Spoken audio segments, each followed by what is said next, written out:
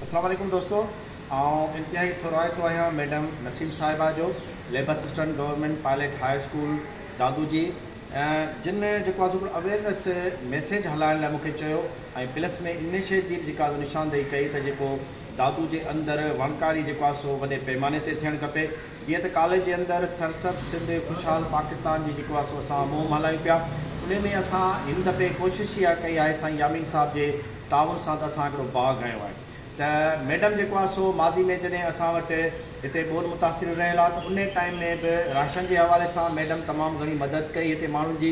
ऐं हिन दफ़े बि मैडम पाण जेको आहे सो असां ताईं हीउ जेको आहे सो फलदार ॿूटा आहिनि, जंहिंमें जेको आहे हीउ तूत आहे ऐं कुझु ॿिया जेके चकूं या ॿियो कहिड़ो ॼमूं ऐं प्लस में जेको आहे सो ॾाढ़ूं जा जेके आहिनि से वण असांखे ॾिना।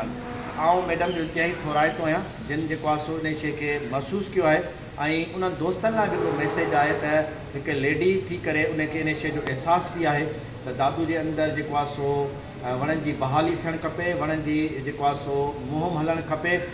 उसूली तौर ते दादू म्यूनिसिपल खे ऐं डिस्ट्रिक्ट इंतिज़ामिया खे ऐं प्लस में पब्लिक हेल्थ ते इन्हनि सभिनी जो डोमेन आहे त हू पूरे शहर जे अंदरि जेको आहे सो वणकारी कनि ऐं उन हवाले सां जेके बि उपाउ वरिता वञनि, प्लस में उन्हनि ताईं माण्हू बि मुक़ररु कनि। वण हणणु तमामु आसानु आहे, उन जी पालना करणु बिल्कुलु औलाद वांगुरु आहे। पाणी पहुचाइणो आहे, गंदगी खां उनखे पासे ते रखिणो आहे ऐं उन जी सफ़ाई सुथराई जो ख़्यालु करिणो आहे।